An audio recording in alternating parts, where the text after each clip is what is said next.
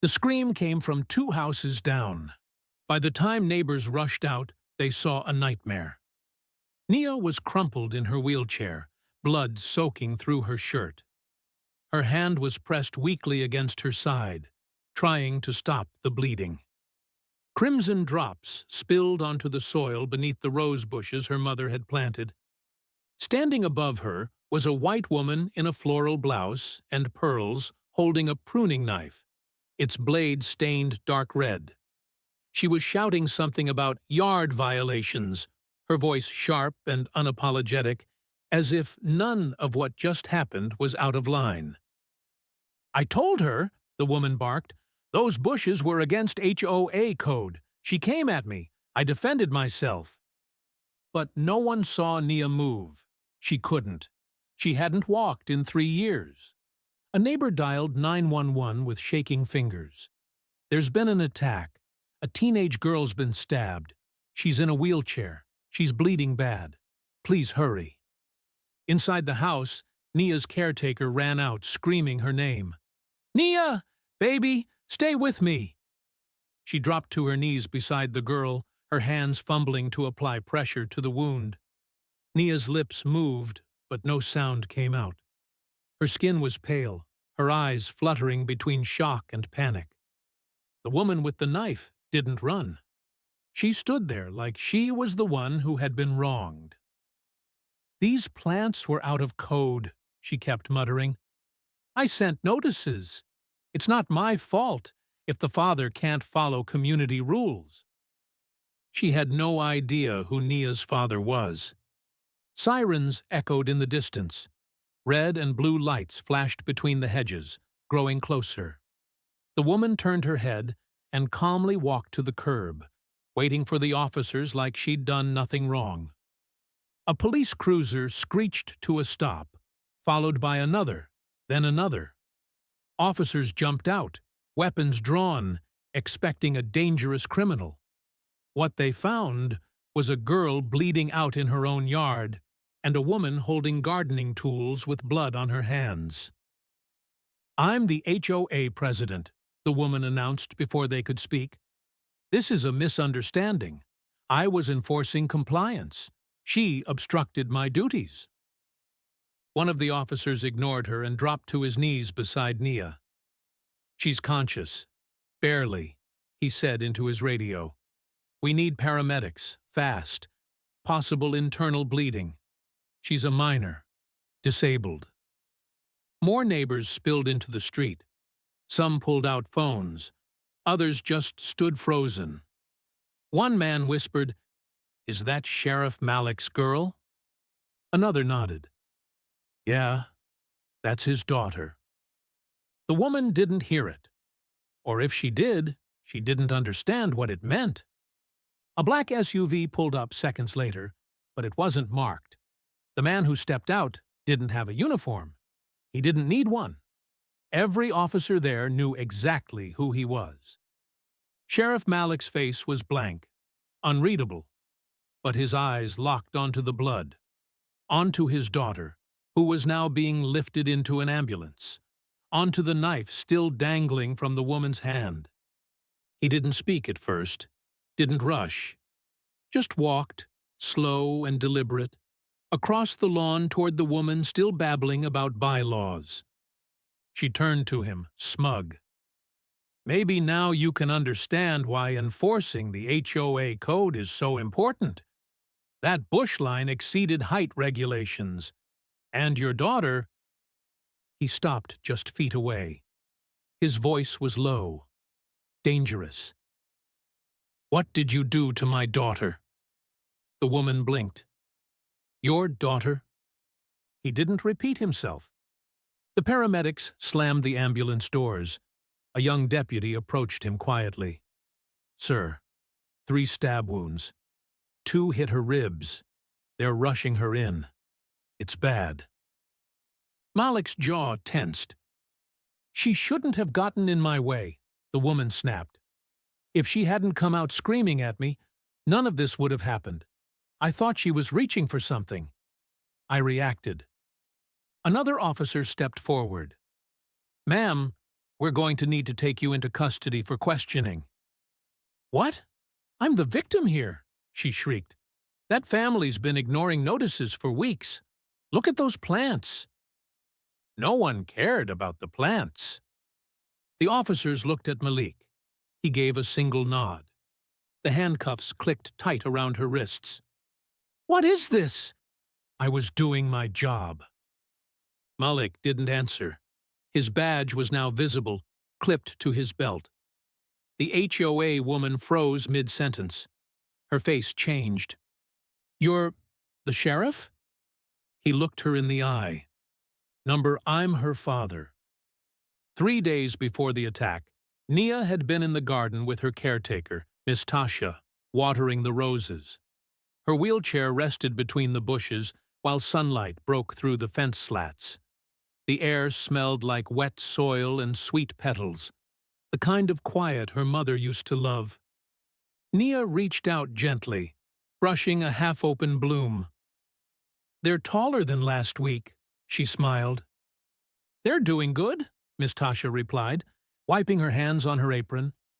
"You've got your mama's hands, baby." From across the street, a car door slammed hard.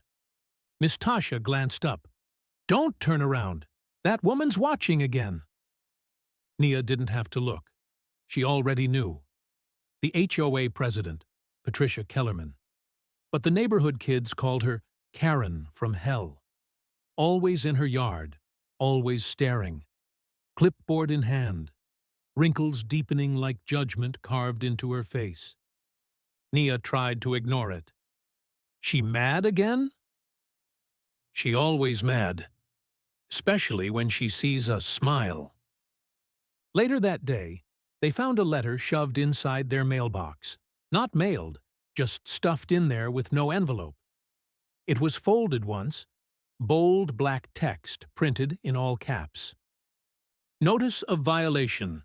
The bushes on your south fence exceed the maximum allowed height of 30 inches. Failure to remove or trim them within 48 hours will result in daily fines. HOA authority is final." Miss Tasha read it out loud, scoffing. "These bushes were planted 10 years ago. Your mama had HOA approval back then." "They're memorial bushes," Nia said softly. "Exactly. And she knows that." 2 days later, another note appeared, this time stapled to their front door. "Second warning. Non-compliance will result in immediate enforcement action." Miss Tasha ripped it off.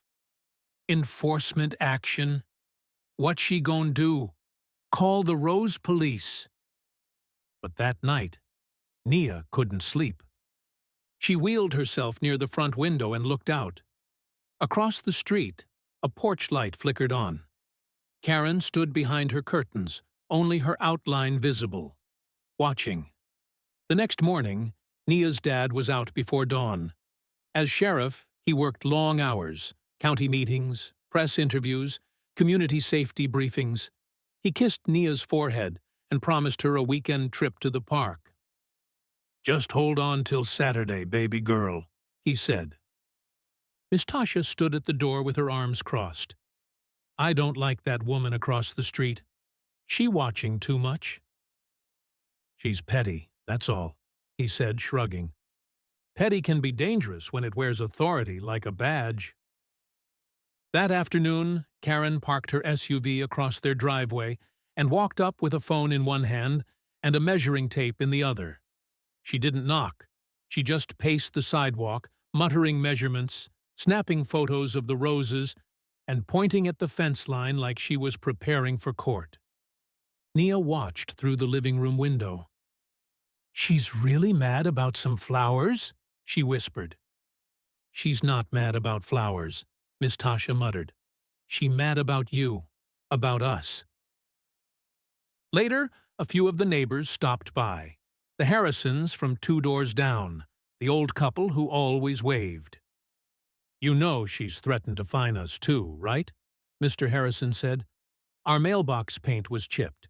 We got charged $75. "Charged?" Miss Tasha blinked. Can she even do that? She does it. That woman acts like she's mayor of the block. And folks don't say nothing? Most are scared, Mrs. Harrison admitted. We just pay and pray she moves. Nia stayed quiet, staring at the garden. Those roses were her mom's, planted the week Nia came home from the hospital. They were taller than regulation because Sarah, her mom, had believed beauty should grow without limits. And now some bitter woman with a knife-sharp stare wanted them cut down like weeds. Nia didn't know what was coming, but in her gut, she felt it. Something bad was on the way. It started with the sound of metal. Nia was in the kitchen, trying to slice a peach with one hand while balancing her phone on her lap. The sound came from outside, sharp, scraping metal, like something being cut. She rolled to the window and froze. Karen was in their yard, inside their fence, holding gardening shears in one hand and a long pruning knife in the other. She was already halfway through the rose bushes, hacking and yanking them from the soil like they were weeds. One of the red stems dangled in her hand. Thorns snapped, roots torn. Nia's breath caught. She grabbed her phone, wheeled back, and called out, "Miss Tasha!" No answer. She looked outside again. Karen was moving faster now, swinging like she was trying to erase every trace of her mother's garden. Thorns scattered. The earth turned. Without thinking, Nia unlocked the front door and wheeled down the ramp into the yard. The sun was hot. The air smelled like crushed petals and fresh anger. "What are you doing?" she yelled. Karen didn't flinch. She didn't stop. "These bushes are in violation," she snapped. "I gave you 2 warnings. I'm enforcing code." "You're trespassing. This is our property." Karen turned, red in the face, waving the shears. "I have authority under HOA Statute, Section 5.3. You're in non-compliance." They were approved years ago. My mom planted those. "Your mother is gone," Karen said coldly. "And your father clearly doesn't care about the rules." Nia wheeled forward, close enough to see the sweat on Karen's forehead. "Put the knife down," she said, trying to keep her voice steady. Karen sneered. "Don't threaten me." "I'm not threatening you. I'm asking you to leave." "I feel unsafe," Karen snapped. "You rushed at me in an aggressive manner." Nia blinked. "I'm in a wheelchair." Karen's voice grew louder. "Back away. I will defend myself if I feel attacked." "Attacked? You're the one with the blade." Miss Tasha's voice rang out from the porch. "I'm calling the cops!" Karen turned halfway, distracted for a second. That was all it took for Nia to try to wheel forward, placing herself between Karen and the last standing rose bush. "Don't you touch that one," Nia warned. "That's the one my mom—" Karen's arm swung, fast, wild, uncontrolled. The blade cut through the air and sliced across Nia's ribs before either of them realized it had happened. A pause, then a flash of red. Nia's shirt darkened instantly. Her breath hitched, her mouth opened, but no scream came out. Just a gasp. Miss Tasha screamed from the porch. The pruning knife slipped from Karen's fingers, landing in the grass with a dull thud. Nia slumped slightly in her chair, her left arm trembling as it pressed against her side. Karen stepped back, chest heaving, hands shaking. "I warned her," she muttered. "She was in my space. I felt threatened." "You stabbed her!" Miss Tasha shrieked. "You stabbed a child!" Karen didn't move. Her lips were tight. Her body was stiff, like someone trapped in their own lie. Neighbors rushed out of their homes. Two people across the street shouted for someone to call 911. Another started filming on their phone. A woman ran to the sidewalk crying, "It's the sheriff's girl! That's Sheriff Malik's daughter!" Karen heard it that time. She blinked fast. Her mouth opened, then closed. "I didn't know," she stammered. "I didn't mean to hurt her. I thought she was reaching for something." "She was reaching for her mama's rose," Miss Tasha yelled. "That's all."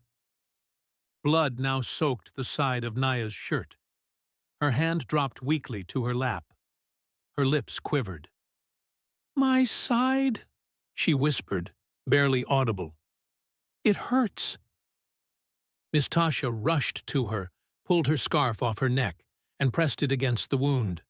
"Stay with me, baby. Help's coming." Karen stepped back further, as if distance would erase what she'd done. "She shouldn't have gotten in the way. I was doing my job." "This ain't a job," Miss Tasha snapped. "It's a hate crime." The first siren screamed from the distance, then another, then another. Nia's eyes fluttered. Her head leaned back against the chair. Her lips were pale. She was slipping. The ambulance came flying down the road like a rocket, paramedics jumping out before the tires even stopped. Two of them grabbed the stretcher, while the third knelt beside Nia. "She's losing too much blood," he said. "We need to move. Now." Karen stood frozen on the edge of the lawn, clutching her clipboard like it was a shield. Then the deputy cars pulled up. 3 of them, and Karen finally asked the question out loud. "Wait, who called the sheriff?" From the back of the third car, the door opened. Sheriff Malik stepped out. No uniform, no words, just rage. Karen took one look at his face and knew. She'd made the worst mistake of her life. The ambulance doors slammed shut. Nia was inside, pale, unconscious, her blood soaking into the gurney sheets. Oxygen mask pressed to her face. Paramedics worked without pause. Every second mattered. Sheriff Malik stood at the curb, fists clenched, eyes locked on the blood trail in the grass. His daughter's wheelchair sat tipped near the rose bushes. The seat was splattered red. Karen didn't speak. She just stood there, the pruning knife now lying several feet behind her in the dirt. Her voice was gone. Her confidence drained. She had heard people whisper his name, Sheriff Malik, but hadn't believed it. Until now. The first deputy walked up behind her, slow and cold. "Ma'am," he said firmly, "I need you to step back. You're being detained for questioning." "Wait," Karen muttered, backing away. "This is a misunderstanding. She rushed me. I felt threatened. I thought she was grabbing something." "She's in a wheelchair," the deputy said flatly. "And you entered her property armed." "I was enforcing HOA regulations." Karen's voice rose, trying to gather momentum again. "You don't understand. I warned them. There were violations." Sheriff Malik didn't move. He didn't speak. He walked across the lawn like the world had slowed down around him. Every officer gave him space. Every neighbor held their breath. He stopped in front of Karen. No badge, no gun drawn, just his presence. "You knew those were my wife's roses," he said quietly. "You knew my daughter was disabled, and you still brought a blade into my yard." Karen opened her mouth. "I didn't know." "You knew," he cut in. "You watched her every day. You stared from your window. You knew." Karen glanced at the growing crowd behind him. More neighbors had gathered. Phones were up. Eyes were locked on her. There was no way out. "You can't arrest me," she blurted. "I'm the HOA president. I have legal authority." Malik's voice dropped lower. HOA rules don't override the law. She backed up. You're too close. This is harassment. A second deputy stepped forward with the body cam footage playing on a tablet. Sir, porch cam caught the whole thing. She walked onto the property, ignored verbal warnings, and struck the victim after a verbal dispute. No signs of self-defense. Malik looked at the screen briefly. He didn't need to. He already knew what happened. Karen's hands started to shake. I didn't mean to cut her that deep. She scared me. She's 15, Malik said. She can't even run. What exactly scared you? Karen was now blinking too fast, losing her grip on her lie. I thought she was someone else. I didn't know. Another neighbor stepped forward, an elderly black woman from the next block. You've known that child since she was a baby. Stop lying. Karen turned red. She looked for someone, anyone, to support her. There was no one.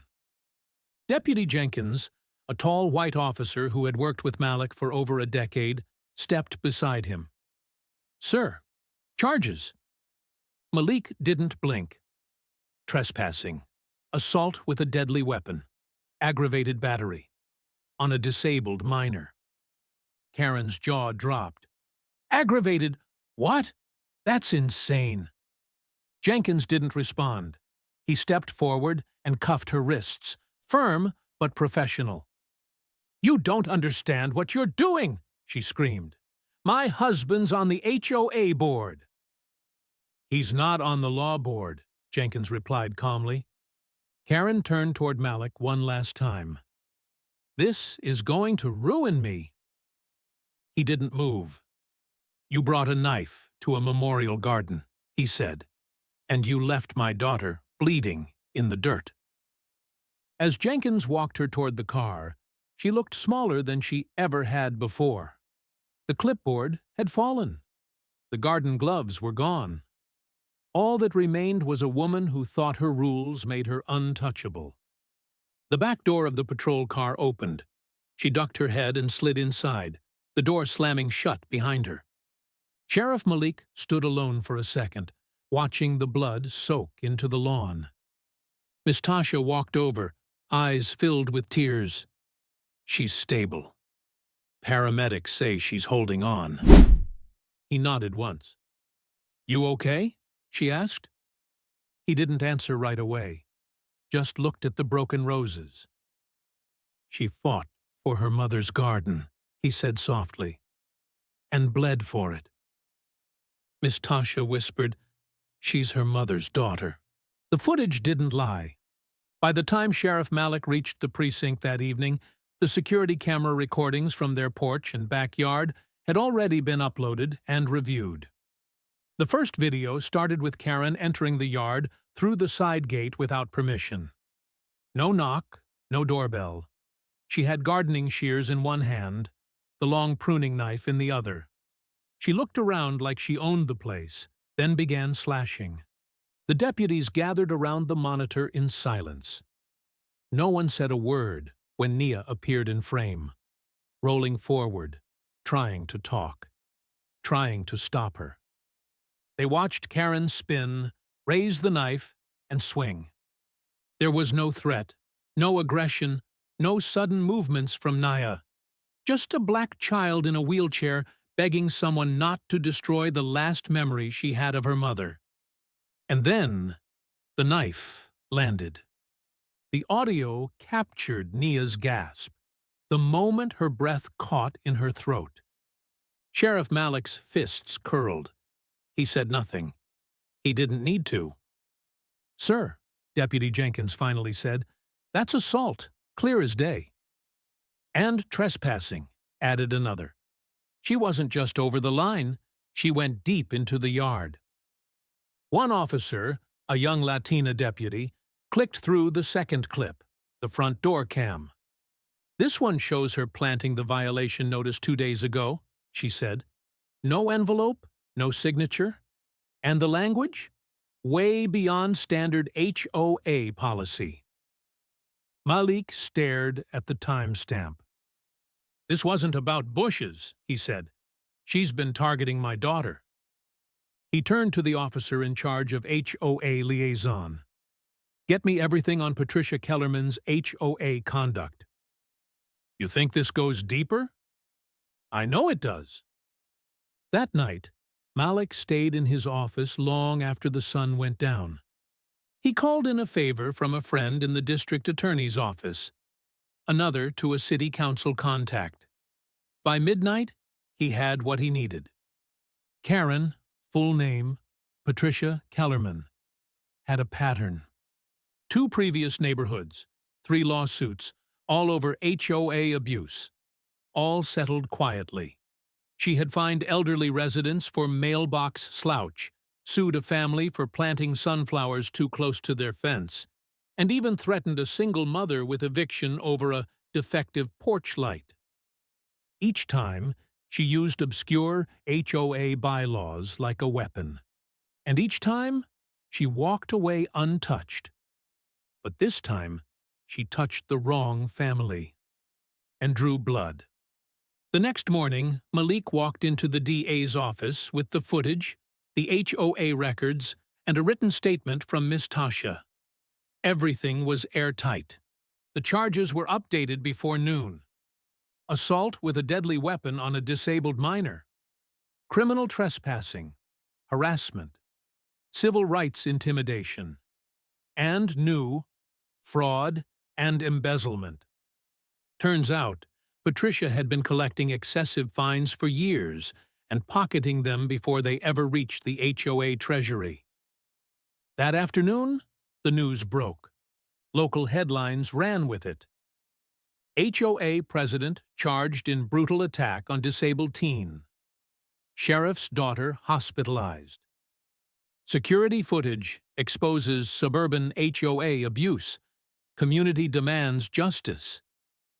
Karen's smugness was gone. Her husband refused to speak to the media. Her lawyer issued a cold statement claiming misinterpretation of events. But the video told the truth. Nia, still in recovery at the hospital, was quiet but aware. She didn't cry when Malik showed her the headlines. She didn't smile either. She didn't even look sorry, she whispered. She will, Malik replied, but it won't change what happened. Tasha brought in flowers later that day, roses freshly clipped from a neighbor's garden.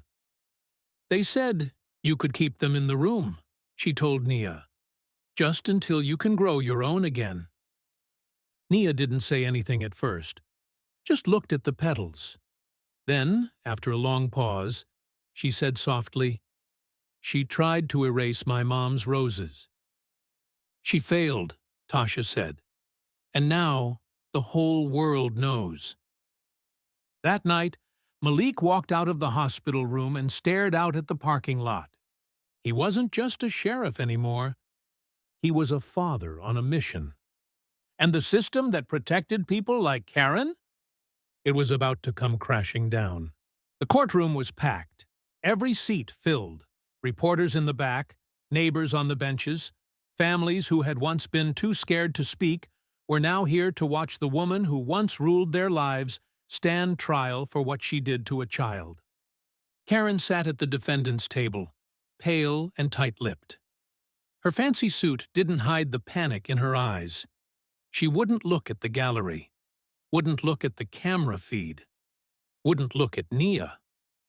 Nia was wheeled in slowly by her father, her side still stiff, stitches hidden under a soft blouse. The courtroom went quiet when they saw her. Judge Monroe glanced over his glasses. "Is the prosecution ready?" "We are, Your Honor." The footage was played again.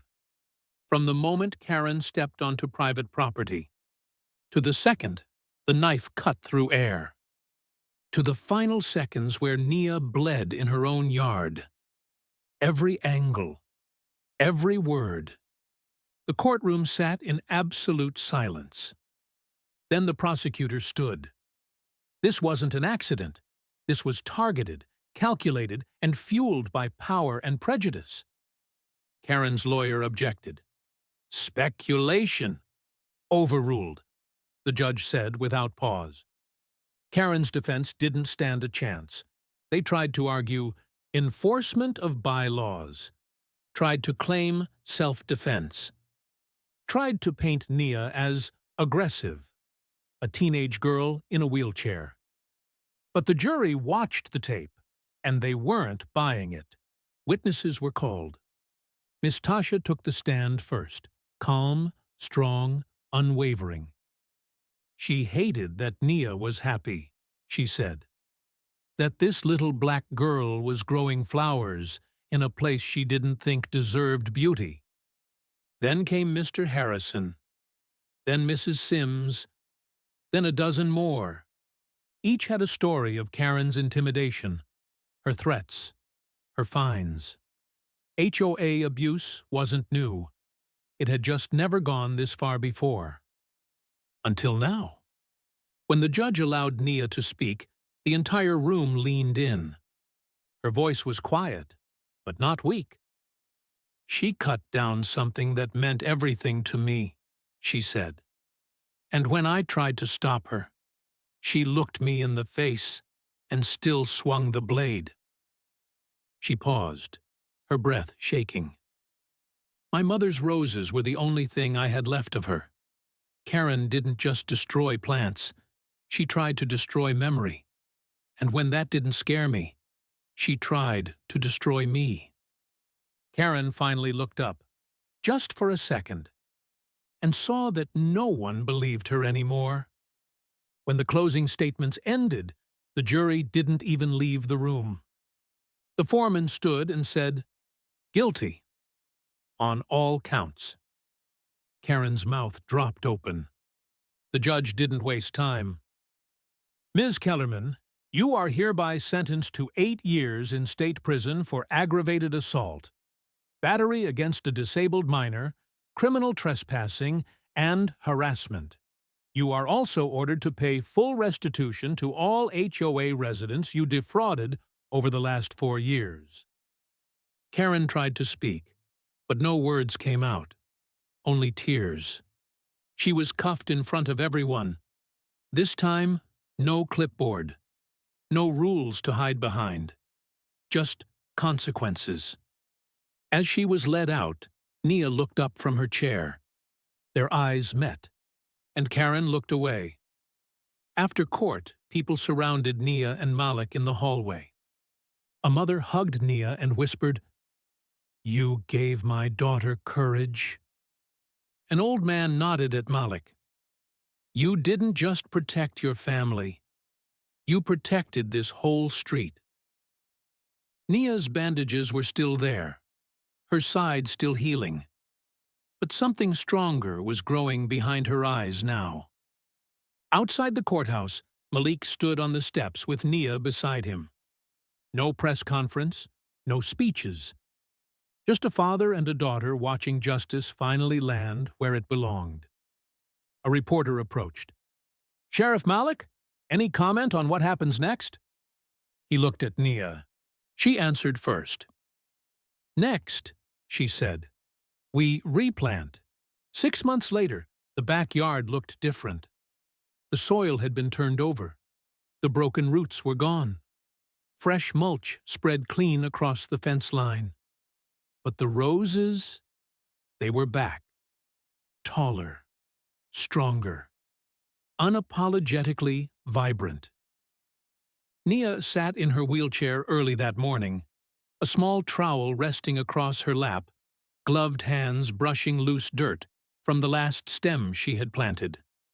The sky above her was soft blue, the way it always looked in spring, the kind her mom used to love. She whispered to the roses, "You made it." Behind her, the sliding door opened. Sheriff Malik stepped out with a coffee in one hand and an envelope in the other. He didn't speak at first, just stood there, watching his daughter. She hadn't cried during the sentencing, not even once during her recovery. But here, planting the new bushes, she had cried 3 times, quietly, each time after placing a root in the soil. Malik walked over and handed her the envelope. "It's from the state prosecutor's office," he said. "Karen's appeal got denied. She's serving the full sentence." Nia nodded. No smile, no anger, just a quiet peace. "She hasn't written again," she said. "She doesn't deserve a reply," Malik answered. They stood there for a while, watching the wind move through the new petals. Nia finally broke the silence. "I want to name this one." Malik raised an eyebrow. "That rose bush?" "Yeah," she smiled. "It's the one that grew the tallest." "What'll you name it?" She looked up at him. "Sarah." He swallowed hard. "Your mother would love that." "She told me once," Nia said softly, "that beauty should never follow rules. She also said some rules are made to be broken." They both laughed, and it sounded real this time. Full. Later that week, Nia stood in front of the school auditorium, microphone shaking in her hand. Behind her on the projector screen was the title, "Voices Unseen, a student-led group for disabled youth." She cleared her throat. "Most of us have been told to stay quiet, that we're fragile, that we shouldn't make noise, that we should let things slide." She paused. "Well, we're done letting things slide." Her speech got a standing ovation. That night, as Malik tucked her in, she reached for his hand. "Dad?" "Yeah?" "I'm not angry anymore." He looked surprised. "You're not." She shook her head. "Being angry takes up too much space. I'd rather grow things." He nodded slowly, eyes misting. "That's very grown-up of you." She grinned. "Mom was smart. You remember what she said the day I came home from the hospital?" "I remember every second of it." She said, "Let's plant something strong, so it grows taller than her fear." Malik blinked fast, pulling the blanket up to her chin. Nia reached for his wrist, and she was right. The next morning, she was back in the garden, hands dirty, sleeves rolled, wind in her hair. A single rose had bloomed fully overnight. Red, bold, untouched. As she reached for it, her fingers brushed the petals gently. She didn't flinch, didn't tremble, just smiled. The scars were still there, but they didn't define her, and neither did fear.